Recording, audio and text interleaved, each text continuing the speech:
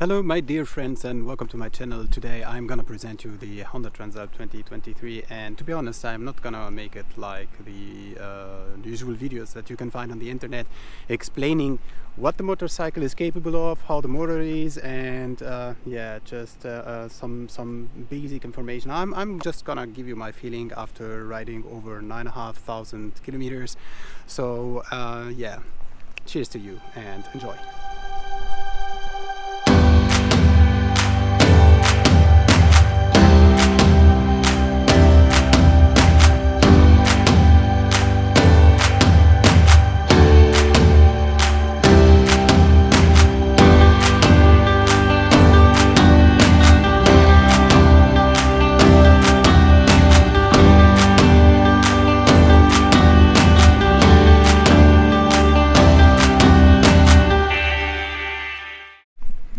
So where are we today? Today we are in the Algarve. I don't know if you've heard about it, but it's a region located in the south of Portugal. I found a love with this region, and with my wife we decided to move here. So currently living here since 1.5 months, and I think we will do it actually for a long time. We hope for our whole life. But let's see. This is not our topic today. Our topic is this beautiful machine. This thing.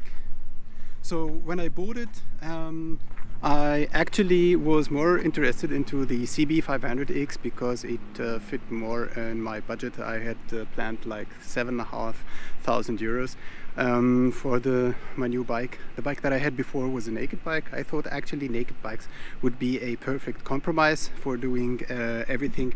But then I realized quite fast that I needed more adventure. I needed to go out of Germany, where I come from. I needed to see a lot of landscapes, and I needed something reliable, something not expensive. I wanted to still have a pretty nice feeling of driving, so a little bit aggressive could be nice. So I know the CB500X was not aggressive, but I think for 7,500 euros you cannot expect to have everything, right? So I was not willing to give up the reliability. I was not also willing to take something heavy. So yeah, the CB500X actually fit perfectly in that March, and there was a lot of motorcycles that came also into my mind, like the TRK 502X. What else? Let me think. What did I want maybe to think of? Actually not much possibilities in that segment, at least on that time. Oh no, there was also the Escape 650 from Moto Morini. That was very interesting, but it was a heavy bike, 230 kilos if I'm not mistaken, fully.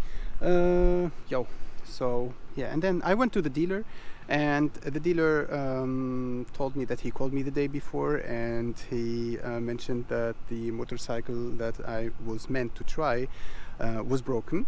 And I didn't get his call, or actually I got it, but it was a little bit late. So when I called back, I didn't know that it was him. When I called back, he wasn't available. So the day after, I just drove, because as you know, when you're excited to try a motorcycle, you don't care about anything, you just drive through. So I made 90 kilometers on my naked bike, and it was a windy day. I suffered a lot to reach that dealer, and then yes, he told me sadly I cannot try the bike.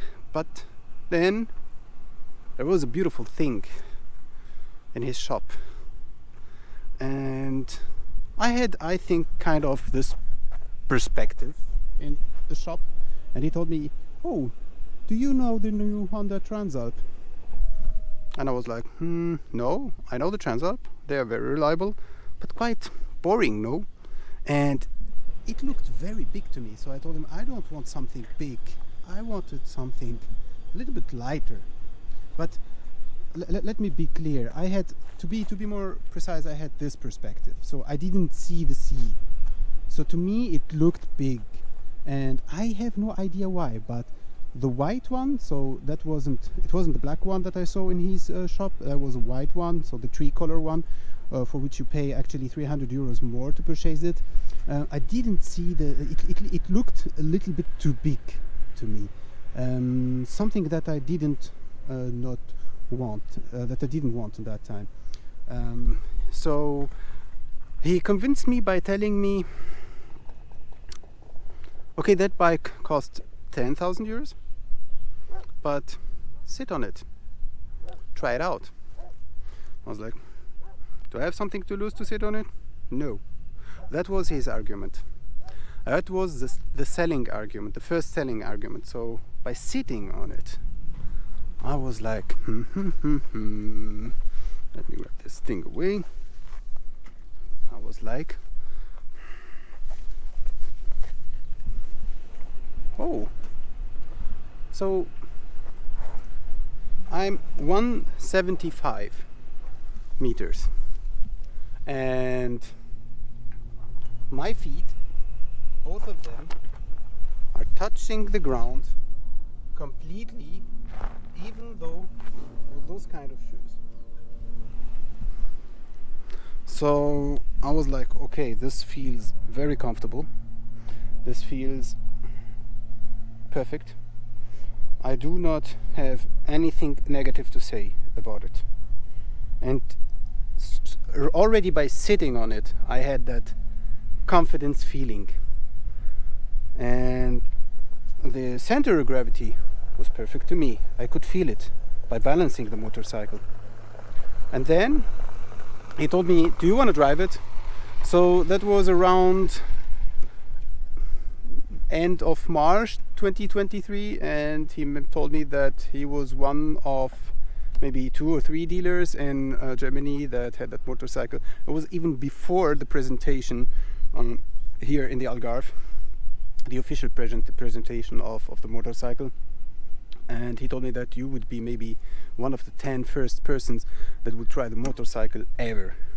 I mean, ever. Okay, I don't know how many testers on Honda side are trying the motorcycle, but that's not our topic right now. So I told him, yeah, why not? Give me that thing. I would be happy to try it. And okay, starting it, feels comfortable, feels light. And it felt sporty also, so I was quite amazed. But the thing is, I pretty fast recognized, and since that day I never drove with the standard mode again. So the standard mode is to me something that is unnecessary. So I'm driving a Tesla Model 3 Performance, and it's like the chill mode of the Tesla Model 3 driving. So if I want something performant, I want to always have the possibility to put gas, to give it power whenever I require to. And I think I have enough confidence to know or to still use it in a wise way. Yeah, so that's about the standard mode. If you're taking a Honda Transalp and you're using standard mode, I don't know, maybe you should consider taking the CB500X. Why you need it actually. This is at least my opinion to it. So I'm not obliging anyone, I'm not blaming you, don't get me wrong, but I think the standard mode is totally unnecessary in this bike. Yeah, there is something else also I recognized. Let's talk about the motor. Starting from 4,000 RPM, you have the beast mode. The beast mode, I call it the mode, is when you see that your motorcycle is more aggressive, that your motorcycle is changing. When I had my Honda Hornet 600 from 2005, the PC36, the beast mode started from 7,500 RPMs. So you could directly feel that the motorcycle is something else. It changed. It's another personality taken over your motorcycle. It's like you're having a hard beef with someone that you really love. I never had that, but I saw it. I hope on television.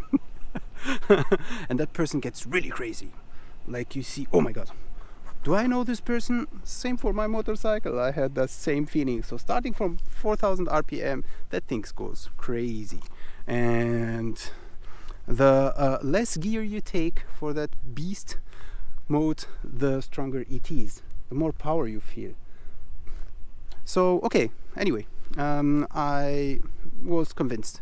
The Honda dealer convinced me, but I still wanted to try a couple of other motorcycles before before settling and before committing to this motorcycle. So I went to the Yamaha dealer, and I tried to no, not I tried. So I went with to drive with the Tenere 700, and the Yamaha dealer told me sit on it first, try the things out. By sitting on it already, I had fear. I was saying to him that the motorcycle is very big. It doesn't feel very comfortable also to me. So for comfortable, I have no idea. So I had in the past like a Yamaha DT50. It's a 50. It's I don't know how to call it. It's just a teenager motorcycle, but it was tiny and tight, and it felt still comfortable. So I cannot say from the first time if it's comfortable or not. You know, you can feel it the first time, but first you have your legs on the ground. You're not driving thousands of kilometers. So I think judging the comfortability of a motorcycle by the first try is not accurate. So yeah, but my feeling was like, nah, I don't feel secure. I don't feel comfortable driving this motorcycle. I don't feel having the power to manage that motorcycle in every situation, or at least in most of the situations. This one here, I don't care. You know, I feel okay now. I'm a little bit afraid because, as you see it, I'm a poor guy. I didn't pay. I didn't put the enough protection on the motorcycle to, for example, go just here down and drive back up. I wanted to do that right now, but I'm a little bit afraid. So I hope you guys can maybe support me, and I will have that little money to continue building the things up here. Yes, so that's why please support me by following, by putting a comment, by a thumbs up, whatever you wish to. And I'll be very thankful for that. So I'm doing this here just actually to get the little money to continue my adventure. I am working as a IT consultant, and I'm earning quite good money on my life. I cannot complain, but not enough to do it as fast as I like to. As you know, patience is also a thing, right? Anyway, so the Tenere, I took it for a drive for 1 hour, and I felt like every time I needed to take care of where I put my foot on the ground. So when I stopped on the light, it was okay because I was on the street, and in Germany the most of the streets are actually in very good condition. But then I decided to make a small it was actually a forest entry.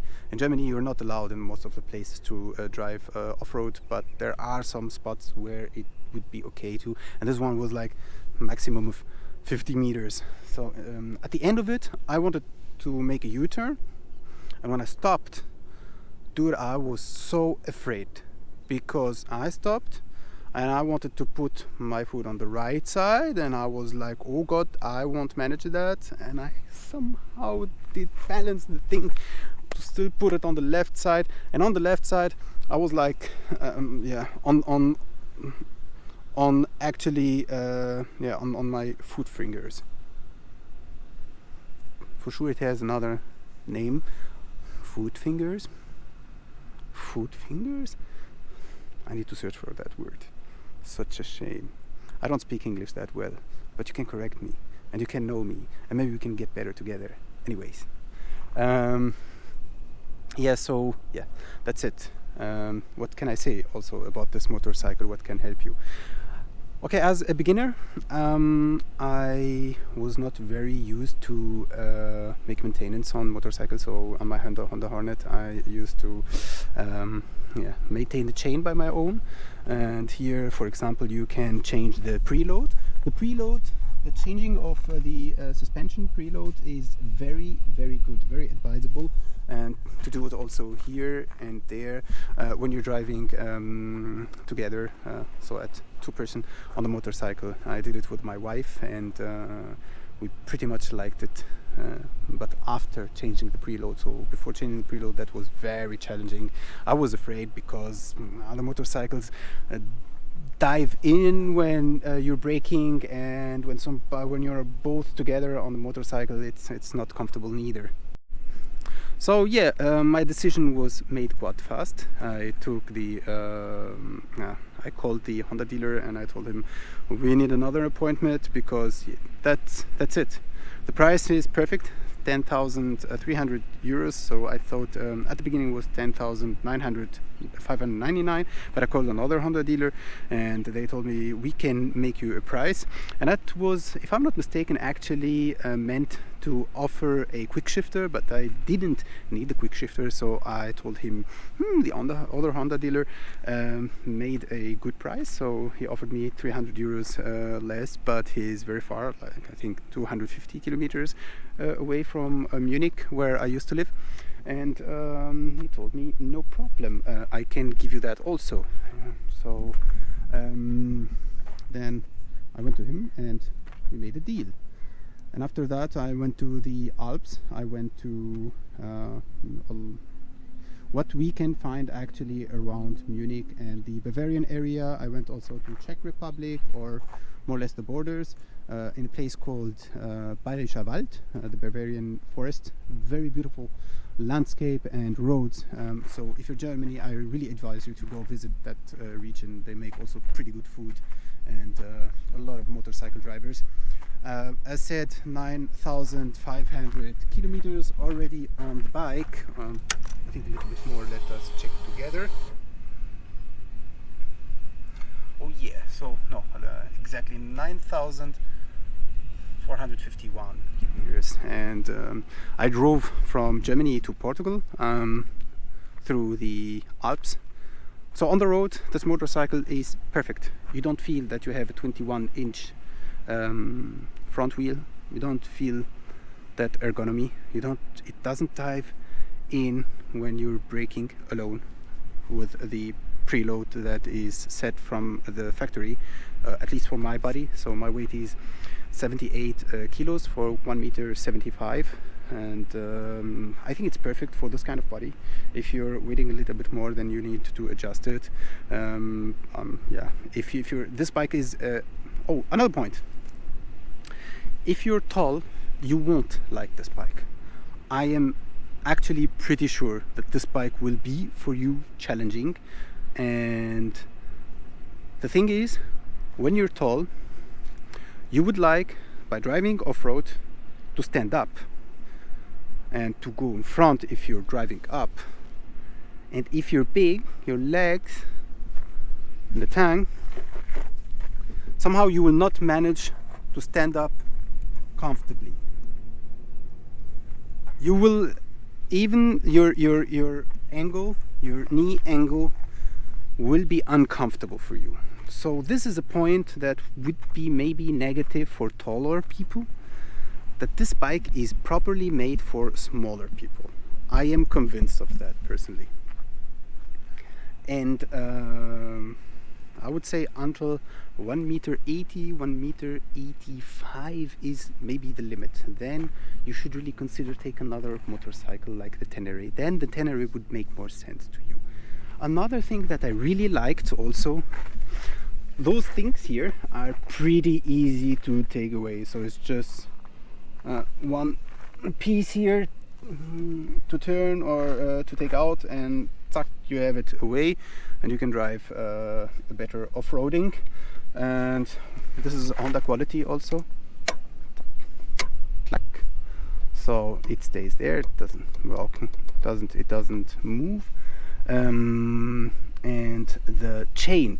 The Honda dealer told me to take care and not maintain the chain too much, because the chain is very robust, and oh my god, this chain is amazing. So I needed, I think since I bought it, maybe to adjust it 3 times. Yep. And I went one time in the middle of the drive between the north and so somewhere in Portugal to check the chain, because I was afraid that I didn't maintain it that much after almost 3,000 kilometers or more. And he told me, no, boom, everything is all right. And I'm like, you sure? I've been riding 3,000 kilometers or more, And I've been aggressive, man. And he told me, no, é bom. Okay, me, bon. Yep. So, what else is amazing on this bike? Negative point is that the preset, I have no idea why, but as you might see it, let me put it here, the user mode.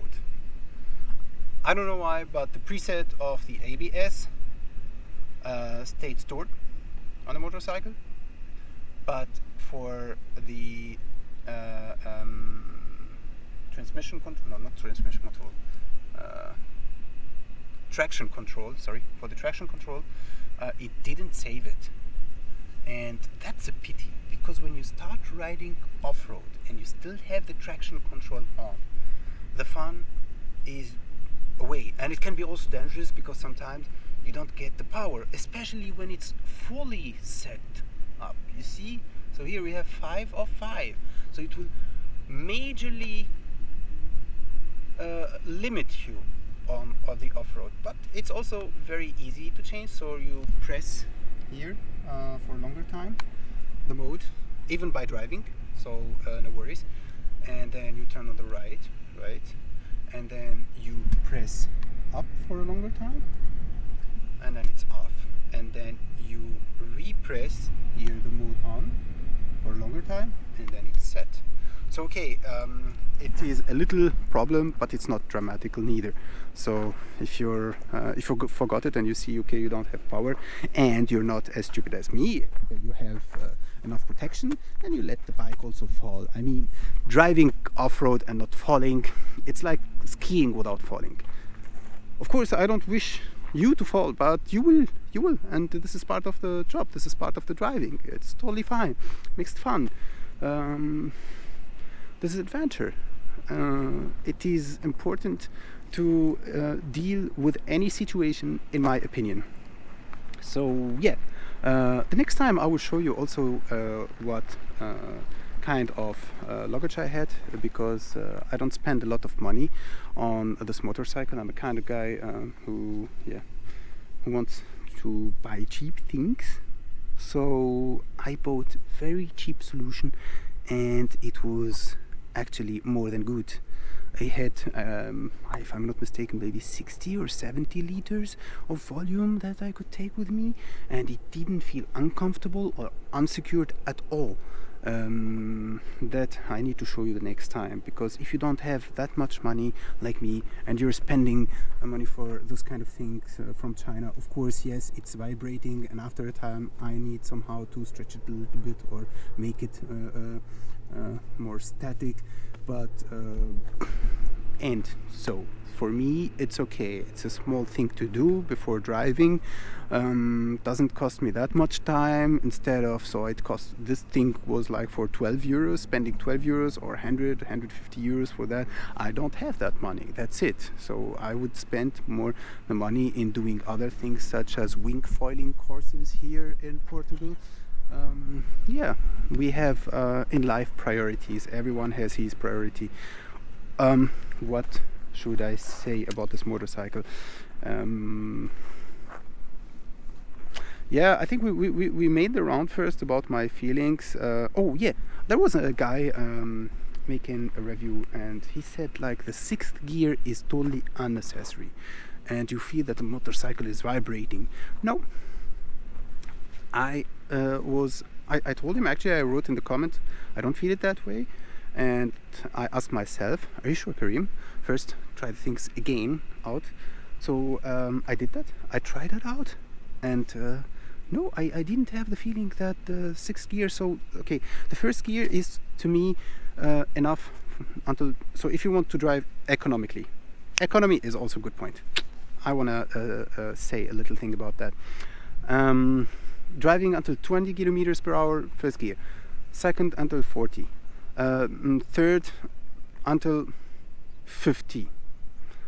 4th until 75. The 5th until 80, 85. And then the 6th gear, starting from 80 kilometers per hour, is totally fine. It's making a great job. You don't need to drive with the fifth gear if you wish to have the power, of course, to yeah, I don't know, if you wish to always have the power from 80 to 120, then stay by the fifth gear. I told you, stay even by the fourth gear. It would make it. The fourth gear can you can reach 170 kilometers per hour with the fourth gear. I tested that. Crazy. That bike is crazy. It has a lot of power. You have to know it has really plenty of power. It's, to me, more than enough. I don't know why would I need a 1200 or 1300 if I'm not that crazy. If you're a crazy guy and you want to make crazy things, then I totally understand that. But if you're just like me, you want to have power, a little of sensation, but you are not willing to go above the limit of wisdom and craziness, then the 755 cc motor is more than enough. Okie dokie. Economy wise, yes, driving to Portugal, so if you're not driving highway, driving between 80 and not 80, so sometimes also 60 kilometers per hour, depending if you're driving through the city or on a country road. Consumed maybe 3.4, 3.5 liters per 100 kilometers, and in the highway it took, or even by 120 kilometers per hour, which is not that much, I think it consumed around about 4 liters per 100 kilometer, which is not that much, but also yeah, not very economical, as said. So also another very important